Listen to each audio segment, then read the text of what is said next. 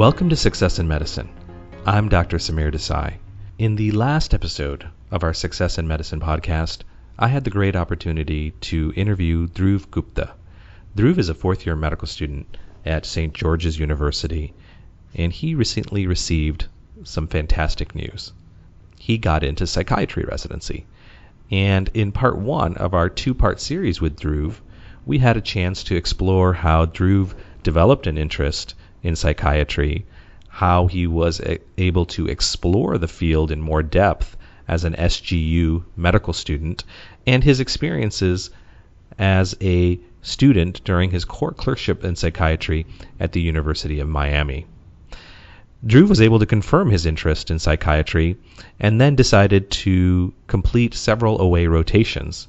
And in part one of our series, he talked to us about the decision to do these OA rotations, how he decided where to do them, and offered us some excellent tips on how to deliver an outstanding performance as an OA rotator. In today's episode of the Success in Medicine podcast, we are going to continue our conversation with Dhruv with a focus on the letters of recommendation as well as the residency interview as it relates to the psychiatry residency selection process.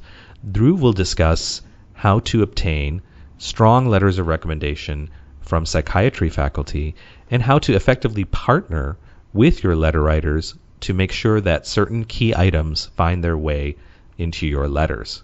We're also going to spend a significant amount of time discussing the psychiatry residency interview. We'll go over everything, starting with the challenges Dhruv experienced when he scheduled interviews, to some of the experiences he encountered at pre-interview dinners, and we'll talk a lot about the questions that he was asked at these different interviews. For example, how did Dhruv handle the situation, what are your 3 weaknesses, when he only had 2 that came to mind? And you'll also hear how Dhruv responded when one interviewer asked him to act out 3 different psychiatry scenarios.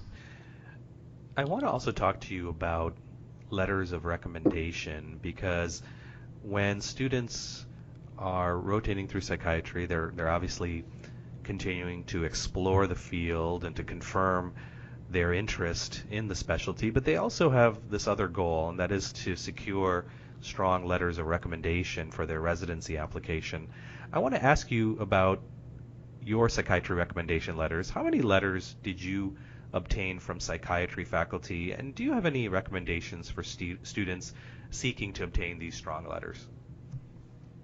Yeah, I had gotten 2 letters from psychiatry faculty members. One was from the attending I worked primarily with at the University of Miami Jackson Behavioral Health Center, and another was from another location where I did an elective in psychiatry. And I think in terms of recommendations when asking for a letter, I think it's great to be able to form a strong sense of rapport with your attending as well, and for them to get a sense that you work hard and you are interested in the field and would be able to make an impact in the field. But also at the same time, if you're close enough with your attending over time, which I felt I was always able to do with my attendings over my rotations, was you could ask them specifically if they could include a certain thing in your letters. For instance, I speak Spanish, having lived in Venezuela. I asked my attendings if they could please write in my letters, especially having been in Miami where I was able to speak in Spanish with a lot of the patients, and that helped the team a lot, was to include that I was able to communicate in Spanish with my patients without much difficulty, or any difficulty actually, and that I believe, or I hope they mentioned in the letter. And additionally, what else can be done is oftentimes attendings have really busy schedules, and sometimes they will offer you to write the letter and then send it to them, where they will edit it and then they will send it out. And I think that's a great opportunity. While it really is a challenge on how to writing a letter for yourself, one of my psychiatry letters was written by me. I wrote it and then it was edited by my attending and then it was uploaded. And in that sense, you're able to really spend some time on the letter and write the things that psychiatry programs really value. And I would recommend, I mean, if that's an opportunity being given where you can write your own letter, then you should take it by all means. Or even perhaps if an attending says that they have a really busy schedule and they're not sure if they can get it in on time, offer that, what if I write it and then you could edit it and send it out? These are some very excellent points that you raised, Dhruv. I think that so many times applicants ask for a letter recommendation, but you can do so much more than just asking for it. What you want to do is you want to make it as easy as possible for the letter writer to write this very, very strong letter for you.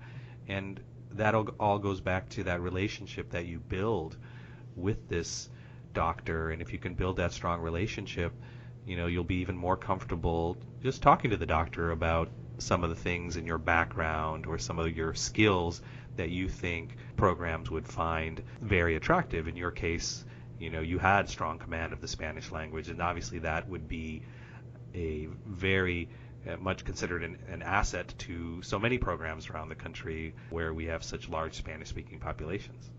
Yeah, and I think that really did help me. I think even over my away rotations, that was noted that I was able to speak without any difficulty in Spanish and interview patients in that, and that was valued. So I feel almost every applicant has something unique or something that they can ask an attending to bring about in their letter, or perhaps also when you request a letter, for instance, you can have a brand phrase where if you were to be described in a few words, what would you be? And I can't remember exactly what I had said for mine, but I think went along the lines of being a hard worker, being a leader, and being dedicated. And ask that to be relayed in your letter as well, because if all your application or if all your letters can relay that point, that goes far ways in showing that different people across your letters or your application are consistently saying that this person is hardworking, diligent, and displays leadership qualities as well. I want to talk now about the application, and it can be so difficult to decide where to send your application. There are so many different psychiatry residency programs. How did you decide where to apply? I think in terms of being a Caribbean student, an international medical graduate, and a non-U.S. citizen as well, we're advised at SGU to go ahead and apply to as many programs as possible, oftentimes up to 300 programs. Some students apply to well more than that. And when I came to the list of psychiatry, I think there were maybe a little over 200 programs that were available to apply to. And being an IMG and also non-U.S. citizen, as I mentioned, I went ahead and applied to most of the programs with the exception of a few, in the sense where I researched all the programs I was going to apply to. And the way I did that was by going on to a website called Frida, which has all of the programs listed and provides an introduction to the program, and you can go to their websites after programs, individual websites, and look more. And what I looked for was if I did not meet the score cutoff or the minimum score requirement for that program to apply for, then I would not apply to that program. Another thing I looked at was, well, because I would need a visa. If they do not sponsor any visas, then again, I would not apply to that program. And sometimes gathering this information means looking at Frida's website, emailing the program directors, or calling them directly and asking them, or asking the program coordinator. Aside from the logistics aspect, I also looked at areas in psychiatry that I'm interested in. I mentioned that I loved my internal medicine rotation as well, and I came across over my research that there are about a dozen programs in the nation that are combined medicine and psychiatry. And I really felt that would be a great field to apply for as well, given my interest in both fields, and it helps provide more holistic care to patients. So I went ahead and applied to medicine and psychiatry programs as well. There are also family medicine and psychiatry programs as well that applicants can consider applying to if they are interested in both family and in psychiatry. So it was just being able to go through this process of needing to apply to as many programs as I could, but also to make sure that the programs I was applying to do align with my interest in one way or another. So after applicants submit the residency application, it can be hard to wait. You know, you have to play that waiting game where you're checking every day, have I gotten an interview? When did you receive your first psychiatry residency interview? I actually happened to submit my residency application 2 weeks after the first day you can submit your residency applications, I believe, which was September 15th. And that was because when I was in Miami getting ready to take my Step 2 exam, Step 2 CK, Hurricane Irma came down on us and we had to pack up and evacuate, and that somehow delayed the application process slightly. But nonetheless, I believe I received my first interview just a couple days after I had submitted my application, which I was pleasantly surprised to have received because I was obviously worried because of what we've been told that everybody should submit their applications on the first day that they're able to. But I made sure that I took the time to fill out my application to my best ability, and I got my interview, as I mentioned, a few days after submitting it, and I immediately accepted it. And yeah, I mean, it was the interview at the program was wonderful as well. Did you have any challenges with scheduling your interviews? In terms of scheduling interviews, I think the only difficulty I had at times was sometimes we had to reply back, although ERAS has an email system that of its own. Oftentimes the communication would take place through ERAS. Some programs required that we emailed at a different email, and at other times they required that we email back through the ERAS system. So it was needing to make sure that it was replying back from the right place. And also a lot of times when we got these emails, we were with patients, or I was with patients during my clinical rotations, and that's difficult to step aside from a patient interview to reply. But right after I would be done, I would just ask our attendings that I just got an invitation, can I step aside to reply? And most of them were very, very understanding to that. So really, as long as you're able to reply back as soon as possible so that you're able to secure your spot, you should be fine. I think there wasn't any other challenge besides that. Did you attend any pre-interview dinners? And if so, what were these events like? I actually attended a number of pre-interview dinners. Most of the interviews I had actually had a pre-interview dinner the night before. And really, I mean, although all of the emails that we got for the pre-interview dinners stated this is a very social, very casual event where we want you to be comfortable asking us any questions and just get to know the program better. The residents that attended the dinners, they were assessing the caliber of the applicants they would be interviewing the next day. So it's important to make sure that although they say be casual, ask anything you'd like to, that you are actually asking the right questions and presenting yourself in the right manner.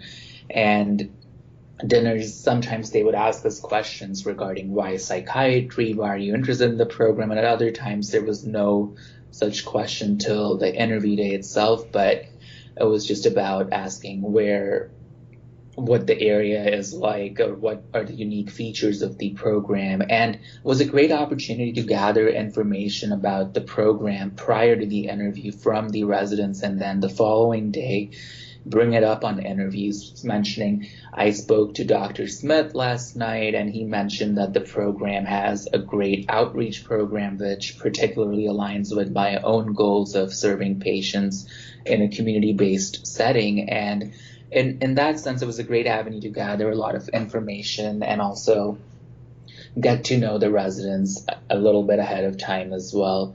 And for the most part, I mean, I felt comfortable during my dinners, and I really made an effort to speak with the residents and the applicants. And at one interview, there were some attendings as well, and it's important that I thought that I spoke both with the residents and with the attendings and not just with the other applicants, which sometimes does happen, but really it's all about getting to meet and network with the program's residents and the attendings that are there to socialize with. I want to ask you one more thing about these pre-interview dinners. Did you ever see anything at these events from the standpoint of either the other applicants or the residents that were unusual or funny or strange, anything that made you feel uncomfortable? I think there was one particular interview, I can't remember where it was, but it was a large group of, I think there were 8 of us at the dinner, and in general, what I really appreciated was, well, yeah, while you're at a restaurant, obviously there are others eating on other tables, and it can get somewhat loud, and to be able to speak, you have to project your voice, which is fine, but what residents tend to do is they tend to spread out on the table rather than sitting right next to each other so that different people seated at different ends of the table can still communicate with one of the residents. I think at one of the programs, the residents sat directly across from each other. And so essentially the people around them in the center of the table were able to speak and communicate with them, but those on closer to the ends of the table had a harder time communicating with them because they were positioned in a way where they were hard to reach. And I'm sure it was unintentional, but it was just one of the challenges that I had during that particular interview where I had to I felt like it was reaching across the table to speak with a resident or to get to know them better. And another thing that I found somewhat amusing of one of my interviews was there was an applicant who, most of these meals, actually all of the meals are paid for. They're free, and even the beverages you order, even that beverages that are ordered, they're paid for as well at most times. Is that just because the meal is paid for doesn't mean that you should order whatever you want. I had an instance, I think there was an applicant who I think had ordered a bit too much of the food, and after finishing his food, he went around and ate leftovers from others as well, and it just came off somewhat comical. And I'm not sure if that's something that you should do at an interview dinner or not, but to me it just felt like maybe it shouldn't have been done.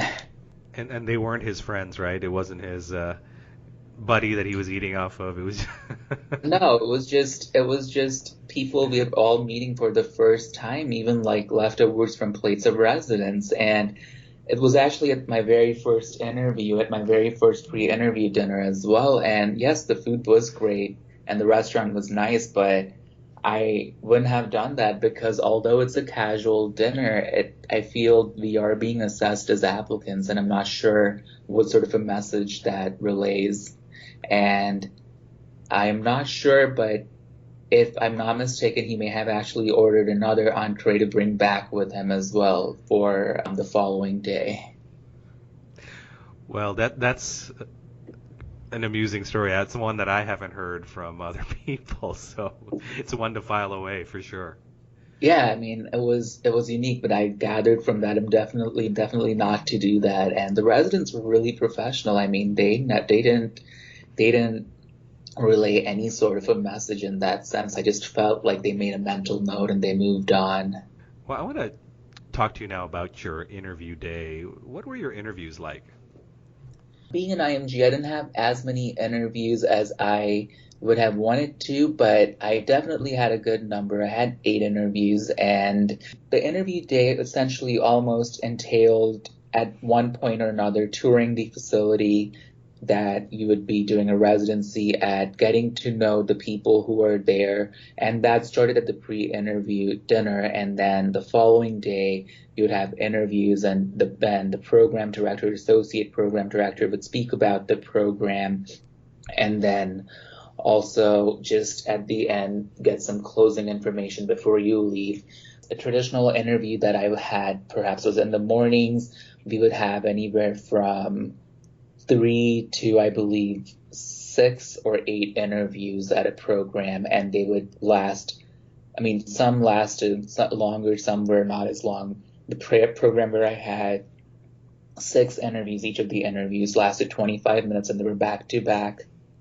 And after the interviews, there was a lunch with the residents, and we attended a grand round seminar as well, and then had lunch with everybody, and then had a closing at the end of the day, and that was the day. And in terms of who interviews you, I always felt that the program director and the associate program director would always be 2 of the faculty members who would be interviewing all of the applicants. And some of the interviews were really casual, some were a little formal, some were non-traditional, with some rather challenging questions as well.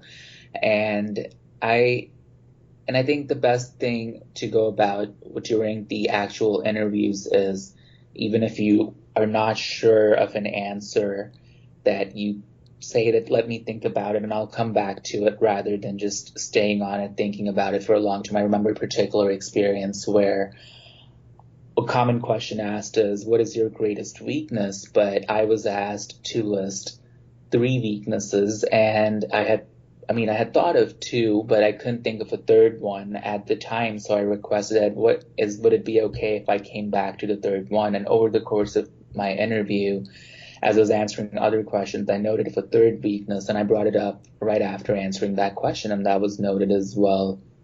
And otherwise, I felt there were some behavioral questions as well, in the sense, what would you do if you had a senior resident and he was making a clinical decision with which you're not in agreement with? How would you approach that scenario?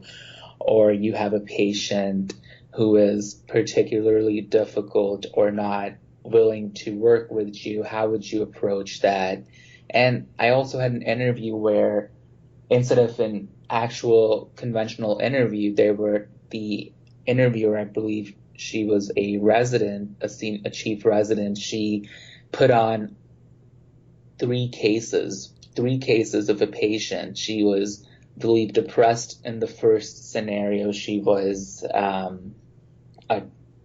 a drug-seeking patient in the second scenario, and the third, she asked me to do a mental status exam on her. And it was about, during the process, I was asked to interview the patient and communicate with the patient, in addition to the other questions that I was being asked about myself. And at this particular program, the interviews lasted, each of them were about, I would say, 40 to 50 minutes at least. That's very interesting about the interview that you had with the chief resident. And just to clarify, was she playing a role with you during the interview? Yeah, she was. So she would present as a depressed patient. I know that the first case she put on was, she was the depressed patient, and she said, now interview me. And I had to, and that was very different from any of my other interviews, but I had to do that. And it was all right. I just had to remind myself I've done that with patients in the past, so I'm going to use the same set of skills that I've used in the past to do so now. And she didn't just stop there. You said that she played the roles of 2 other types of patients. Yeah, she did as well. So she was a drug-seeking patient in the next scenario, and who was insisting that he be prescribed medical marijuana, I believe, if I'm not mistaken, or if it was some sort of a pain medication, and kept insisting. And even though, despite my efforts of trying to explain that it's not medically warranted and that I do not have the ability to prescribe it, just kept going. And at one point, I think they were just looking for me to say, which I did, was, I am sorry, I'm not able to help you any further with this. It is not medically warranted, and I can offer you other means of taking care of the complaints that you have.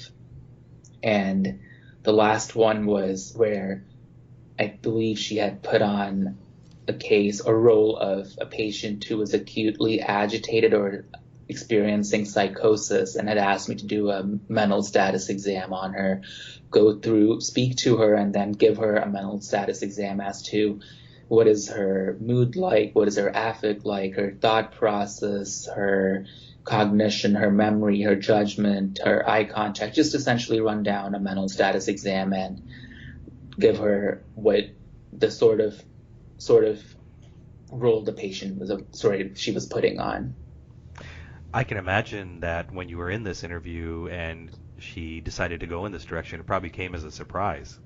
Oh yeah, it definitely did, because this was my last interview as well, and it was the last program I was interviewing at, and I think it was my second or third interview that day, and I definitely did not expect that in any means, but it came at me, and I mean, I just did the best I could. At the end, she actually offered feedback at the end of each of the scenarios, letting me know what I did well and what I could do better on as well. So it wasn't just taking in what I was doing. I want to also ask you about some of the questions you encountered. You've already shared with us some of these questions, but what are some of the other difficult or unusual questions you experienced? I think one particularly difficult question I had at the time was, I was asked during my first interview, actually it was the first program I interviewed at, I was asked, how do you deal with negative countertransference towards patients? And that's a very specific question, and that's something over time when I asked attendings in the future, that's something a lot of people in psychiatry struggle with, because patients can be very difficult to work with and you build some negative countertransference towards them. And at the time, I mean, I came up with a case or an example in which I had some sense of negative countertransference towards the patient I worked with, and I spoke about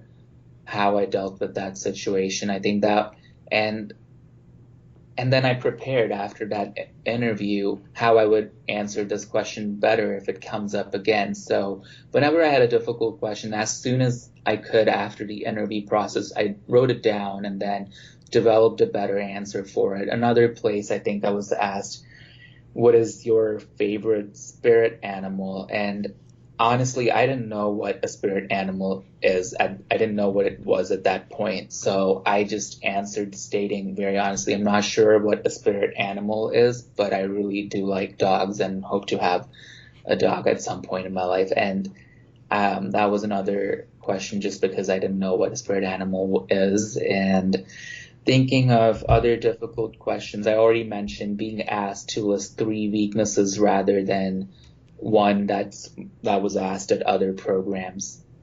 And yeah, I think those are some of the more difficult questions that I had encountered that I could think of right now. I think another one I believe was just the situation where I was asked, how would you approach working with a resident or a senior resident who's making a decision that you do not agree with? Or would you reach out to your attending, or would you speak to the resident first, or how would you go about doing that?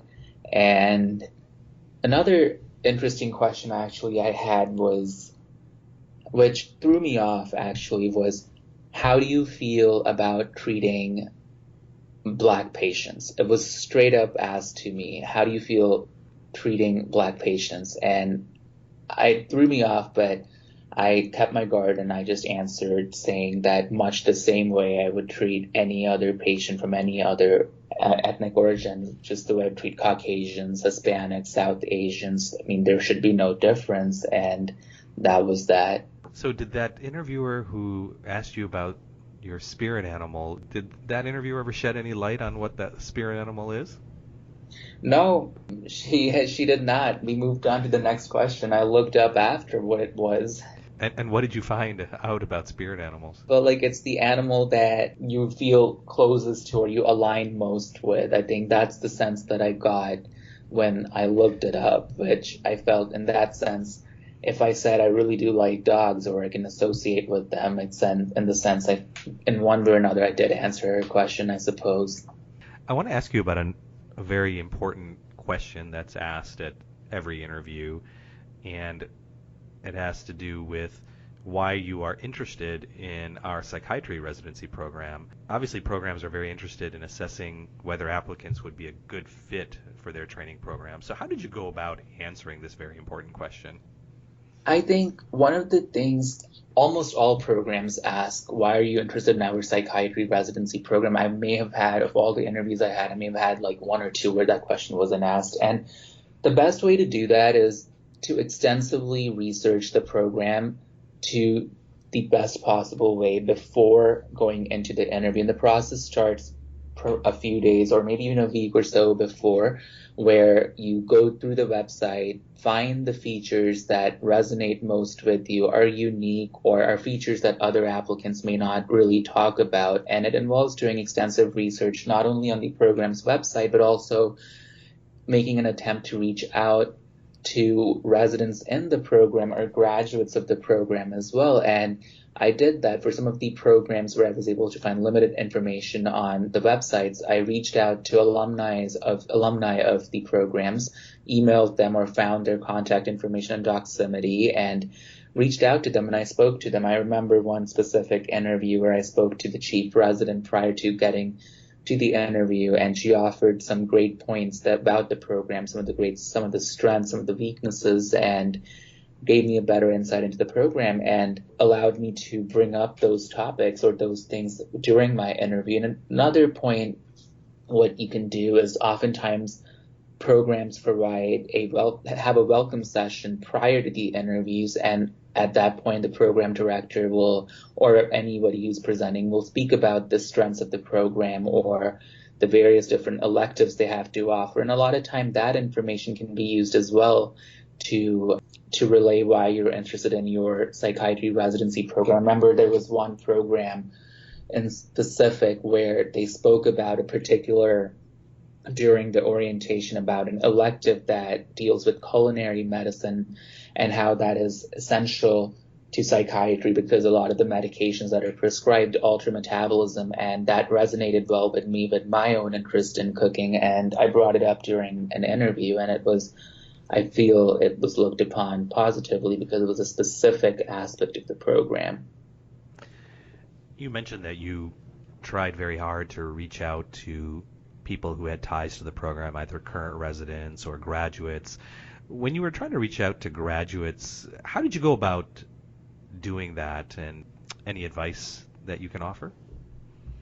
I guess the advice I could offer is start early with that process of reaching out to alumni, maybe even like 2 or 3 weeks ahead of time, because if you recognize after residency, the graduates are attending and they're really busy with their schedules. And the first time I did that, I didn't allow for enough time. Maybe I contacted them a week ahead of time and wasn't able to reach anybody. But when I tried to do that a couple of weeks ahead of time, they were more than willing to speak to me or write back to me in an email. And in terms of gathering their contacts, you just go to Google and you can write the program's name, the specialty, and then Doximity, and look them up. Or you can go through sometimes programs have a list of their own alumni. You go through that list and then see if you can reach out to them or find an email. And oftentimes you get routed to hospital operators, and you have to tell them specifically why you're calling or why you want to speak to the attending that you would like to their office staff, and they help you get in touch with them. And sometimes the attendings get back to you, or the staff is able to help you get access to them, and other times they don't. And that's why I think it's important to reach out to multiple graduates or multiple residents from the program, because some you'd be able to reach and others you may not be, just because they're busy with their own schedules. During your interviews, were you asked to present a psychiatric patient that you found interesting? And do you have any advice for students who are preparing answers to this question? Yeah, I mean, I actually got asked to talk about a compelling patient case at multiple interviews, and I talked about a case from my psychiatry elective from fourth year, where during my inpatient rotation, where I worked with a specific patient who was non-compliant with her treatment, and she was well familiar with the department. She kept being brought back in to the inpatient unit. She had a diagnosis of bipolar disorder, and I think also schizophrenia, and she was just non-compliant with her medications outside, and the staff had really just thrown up their hands up in the air in terms of what to do with the patient, because during her stay, she would be stabilized over the course of a few days, and then right as she went out in a day or two, she would decompensate, and then she'd be Baker acted and brought back into the facility. And I talked about that case because I was able to work with this patient with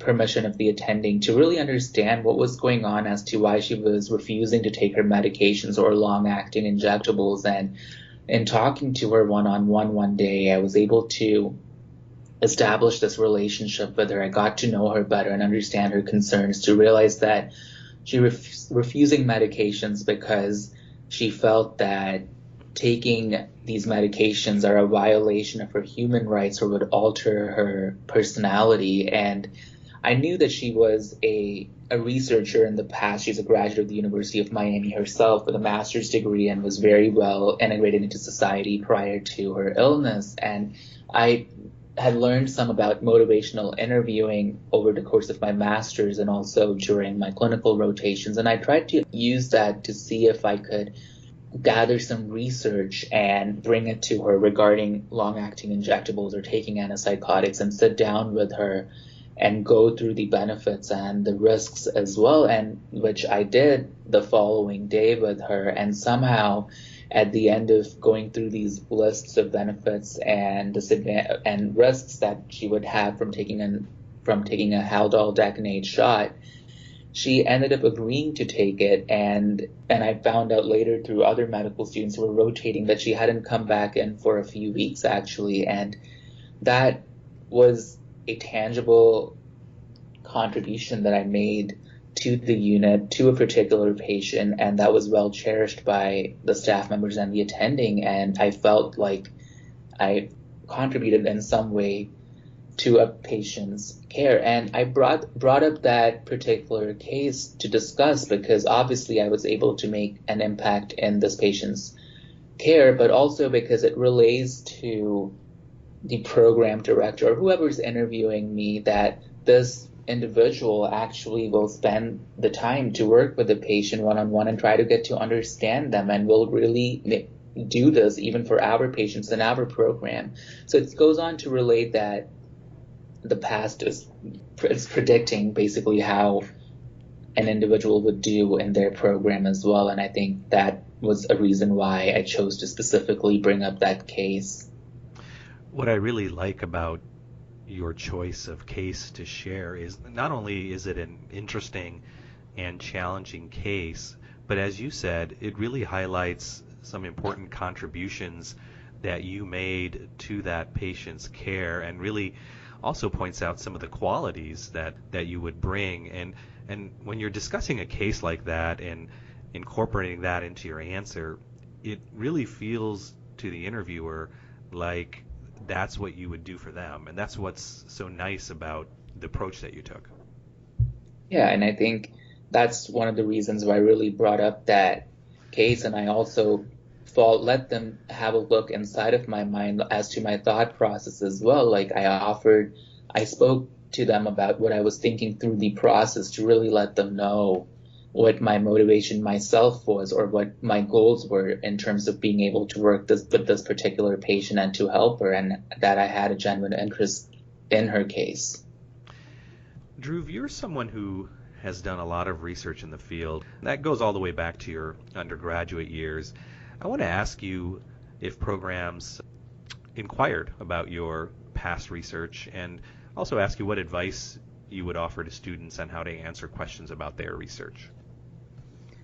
I had a few programs that asked me about my research, most certainly, and the way I presented it was in a similar way I spoke about my research earlier on, and oftentimes they wanted to see whether or not I'd be interested in pursuing research in the future as well. And I somehow tried to tie my research experiences with a particular faculty member's research interests in the program. And that I did by looking up the type of research faculty members were involved in at their program, and also perhaps looking up on PubMed or just doing a Google Scholar search on that attending's recent publications. And once you do that, you're able to tie it in and really, I know that, for instance, at program, I talked about my work with synthetic opioids and trying to see how opioids could be synthesized or the decreased abuse potential. And I know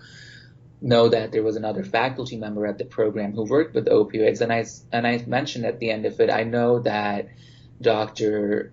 Jones is also involved here in the program with opioids, and I would love to be able to have an opportunity to work with her and further my knowledge in this field and see how I could further my own interests in this area. So I think it's important to whatever you're discussing at the end to tie it back to the program in some way or another. And in terms of being able to offer any advice to students who are asked about their research, I think just talk about it genuinely, and I think it's important to discuss not only what you did, but what sort of an impact did it have on you? What did you learn from that experience? What skills did you gather from it? And what sort of knowledge that you gathered that you previously did not have? For instance, my own work on my honors thesis introduced me how to write IRBs, how to statistically analyze data, and those are skills that are essential, especially if in a residency program you'd be gathering data and you'd be analyzing and producing results. So always emphasize the skills you have gathered and somehow, in one way or another, if at all possible, bring it back to the program and to their own activities or other research experiences that are taking place there. At some point in the interview, the interviewer will invite the applicant to ask questions. Do you have any tips on what applicants can ask? Yeah, absolutely. I think it's important. I think one question that I found myself asking consistently was to the program director or any faculty member is asking how with their program or what changes do they anticipate in their program in the next 5 or 6 or 7 years, depending on however long the residency is. Because for the next 4 or 5 years, for instance, in my case, it'd be 4 years for psychiatry residency, I would ask how would the program change in the next 5 years to get a better sense of the stability of the program, and specifically ask, will there be any changes in the leadership? Will there be changes in the curriculum or the sites you will be rotating at, or faculty members? I think it's a great way to get the interviewer know that you are deeply thinking about their program, but also gather information on the stability of the program so that you know that when you're ranking your list, that the program is stable. Another question I would ask or would be pertaining to my own interest. I have an interest in being able to teach in the future, and it's questions offer this unique opportunity to bring up a topic that you are interested in that you weren't able to talk about during your interview and hone in on it. For instance, I would say I have an interest in teaching. What sort of experiences will I have the ability to partake in at the program to further my teaching skills or further my leadership skills? So you can always bring back some of your own qualities that you weren't able to speak about before in questions and inquire more about them. And always have a good number of questions ready. Sometimes at the end of interviews, there was very limited time to ask questions, so we only time for 1 or 2 questions. But at other times, I have had interviewers who opened up with, do you have any questions for me, right away? And I would ask one question, and then, all right, do you have another question? And then they'd ask, do you have another question? And then, do you have another question? So it went going down. So, I mean, it's wise to have at least a good 8 to 10 questions prepared. I think that this particular interview, after the 4th question that I asked and they answered back, we proceeded on with the interview at that point. So questions don't necessarily happen at the end of the interview. It can happen at the very start as well as per my experience. Dhruv, any final recommendations for students interested in psychiatry as a career? I think psychiatry is a great field and it's had a lot of different branches. I think students who are interested in psychiatry should really make an effort to explore the different branches as well by doing electives in the field. I think that offers further insight into whether or not they actually want to go into psychiatry, and also as to which of these branches would they be more interested in the long term.